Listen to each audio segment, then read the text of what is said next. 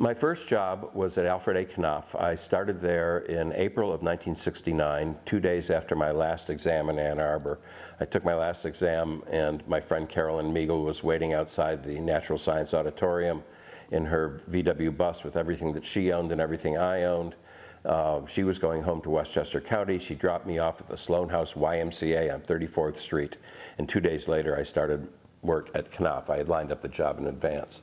I worked at Knopf for 4.5 years. I rose rather quickly to become an editor.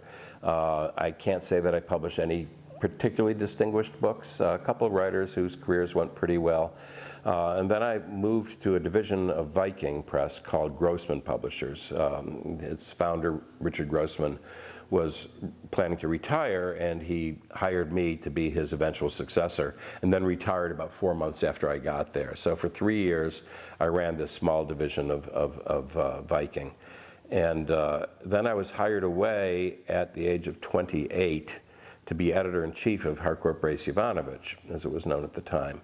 And this was my mistake, and even more so their mistake. I was in way over my head. I was not ready to do that job, and I burned out. I was I wouldn't even say I was a flash in a pan. I was a brief bubble in a pan, and then my career in book publishing I thought was over. I was offered other jobs. People said, no, you know, you're only, I was then 29, you don't have to be the boss. You can just be a senior editor and have a good career. But I was embarrassed and humiliated, I guess, and I ran from New York.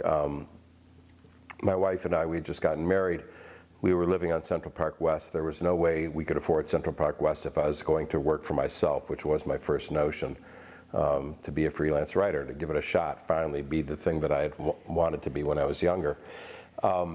So we moved to Western Massachusetts, to the Berkshires, and began a new life there. And I did start writing about baseball. I was advised by an older colleague. He said, you know, pick the thing that you really care about, because then you'll enjoy doing it and you can pour yourself into it and put your passion into it. And I knew a lot about baseball, and I cared about baseball, and I did pretty well. I wrote art for Esquire and for Sports Illustrated and a variety of other places, and wrote a book. My first book was called 9 Innings, published in 1985. But along the way, living in a 200-year-old farmhouse in the Berkshires with one small child and my wife pregnant with a second child, I realized I couldn't continue to live a life that had me on the road all the time. So I had to find something that I could do locally. Well, there was nothing for me to do locally. But I had been doing some work as a consultant to the book publishing division of Texas Monthly Magazine. And there I met a guy with whom I got along very well, who knew the business side of publishing.